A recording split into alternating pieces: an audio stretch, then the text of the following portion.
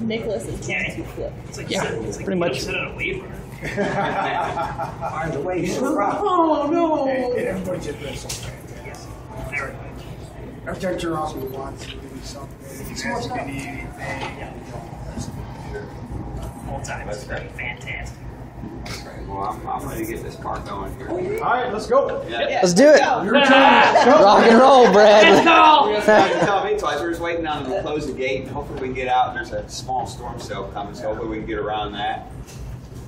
If it strikes while we're still going, we'll just stop for a minute, and it should blow right by, and we'll get back going again. So we'll get through that. But they gotta close the gates back there. They're letting all the motorhome people out still. Right. So hopefully they'll get them closed in the next few minutes, and then we'll be ready to get started. Awesome.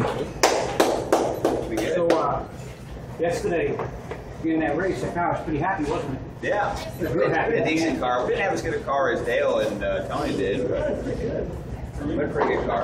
I was going to say, you still had a decent car. It was going, Yeah. it was moving. Yeah, it was. You're flat out scooting, man. We got caught up. We had one run where we had a bad tire on the right rear, and I had to pit early. And then a series of things happened with that kind of kept putting us behind.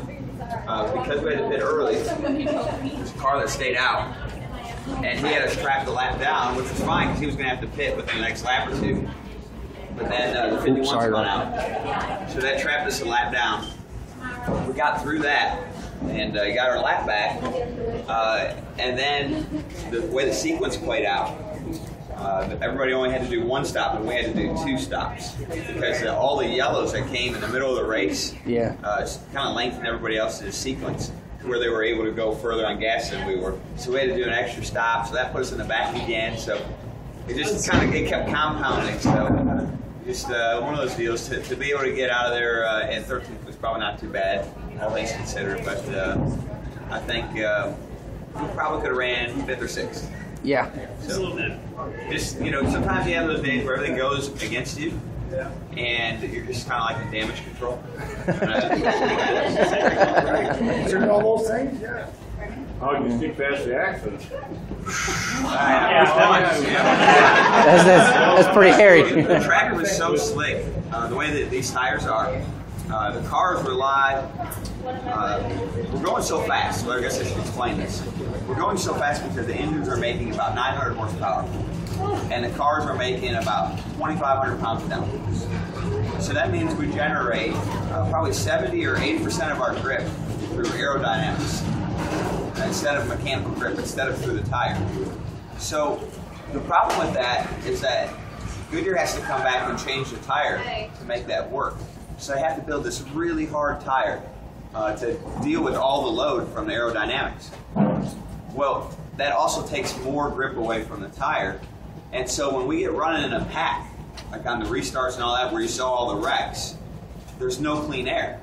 So the cars don't have any grip at all. Literally, they're terrible. Until the field starts to spread out, you've got zero grip. So when the restarts happen, we just all run over each other because we'll go down the corner and literally the car just won't turn, or it'll just try to spin out immediately. Holy crap. It's that's a bit of a challenge, but that's all part of it. So. Now, what makes Michigan interesting is that since it's been repaved, you can see it. You'll see it out there today when we go running around. There's one spot that has all the blackness to it, and that's where the rubber from the tires has slowly worked its way into the asphalt. Well, that's the only spot where that's happened. So if you try to move around and try to find that clean air or try to make a pass on somebody, you get this really slick spot on the track, and then again, you're about ready. So it's challenging. That'll widen out over time. It's just going to take a really long time. So, well, at least to me, I'm not a patient guy. You're going to see some of that here in a few minutes. Yeah. Yes, you are. Yeah. Is that gate closed yet? Yeah, I was ready for it to be closed 15 minutes early. Yeah. Like when we first got up here. Yeah, this morning. Yeah, that's good. We're all good. It should be in the way. But yeah, this is a beautiful racetrack. Though they've done a lot of really cool stuff to it over the last few years. They just built these suites. repaved the track and repaved the pit road, and done a good job. So it's nice to be able to call this a home track, a place that's so nice. The next thing they're going to do is tear down the garages and build new ones there. Those garages are from the 60s. Wow. And if you go inside of them, they still have like markings from back then. You know, from different guys that ran races and either damaged the walls, or some of them would sign things. I'm pretty sure there's phone numbers in the urinals from Nice. late 70s. Oh man. Still good. But it's aged a little bit there, but they've done a great job with everything else. So it's a cool place. So I think you're going to enjoy the ride. This is probably going to be the fastest ride of all of them that we do, which wasn't really intentional. It just kind of worked out that way. Nice. But the track is so fast and so smooth. It's like running down a freeway. So unless you run down a freeway at 200 miles an hour, it's a one-of-a-kind experience. Yeah, I don't think we'll have that privilege ever again. But I think you'll like it. You'll like it. Awesome. Now, we ran here last spring, and before the track had been repaved, and it was kind of interesting, the difference, because the track didn't have near the grip, but sometimes that makes it feel faster because you slide around more. Loose is fast. So, yeah, exactly. So I'm kind of curious to see. We've got cameras in the car. I can get a pretty good idea of what everybody thinks of the ride based off those cameras. So that should be fun. But I think you'll find it to be very, very fast.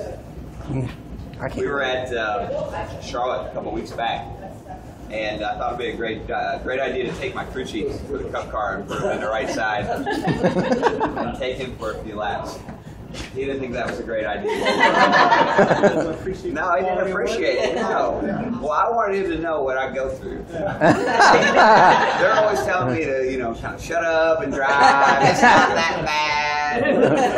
It's not that hard. Bad. You just ride for 2 laps. Have you found him to be a little bit more empathetic after that? Yeah, exactly. You found him to be a little bit more sympathetic? Yes, way more sympathetic. Tires, all right. Way more sympathetic. He was wanting new tires pretty quickly. Yeah.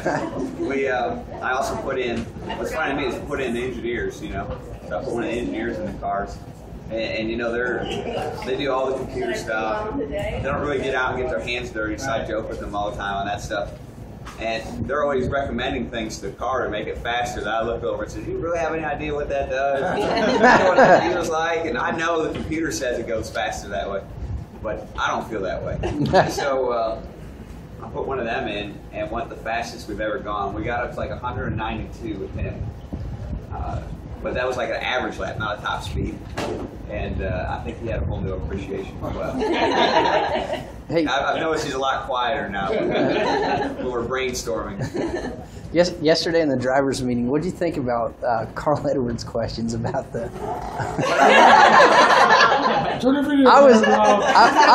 was there and I thought that was funnier than hell. What did I think about Carl Edwards? With his media representative. Brad, go ahead and talk. All the batteries out of that thing. I'm walking away. He's got some oceanfront property in Arizona too. Yeah. No, that's just Carl being Carl. Yeah, I don't know how to say it any different than that. All right, so I didn't mean to. I didn't mean to put you in a experience. It just seemed funny because like the track official kept reiterating to him. We've all done this before. Yeah. Sometimes we act like we haven't done it before, but there's always little things that come up. That's the thing about racing. Racing is very much of pushing boundaries. That's what kind of dictates how successful you are. And I think you see in this sport that we'll find little loopholes and we'll just dig into them as hard as we can to find the next competitive advantage. Yeah, well, sometimes we create new issues with rules that NASCAR didn't even know existed. If you ain't cheating, you ain't trying, right? Cheating ain't is really just cheating. thinking outside the box. We're on the guidelines of the rules, but we're It's pushing boundaries. There's 2 types. There's rule makers and rule breakers. There's nothing wrong with being a rule maker. Nice. What do you Good think way about to put Junior that. yesterday? He was fast. He was fast. Yeah.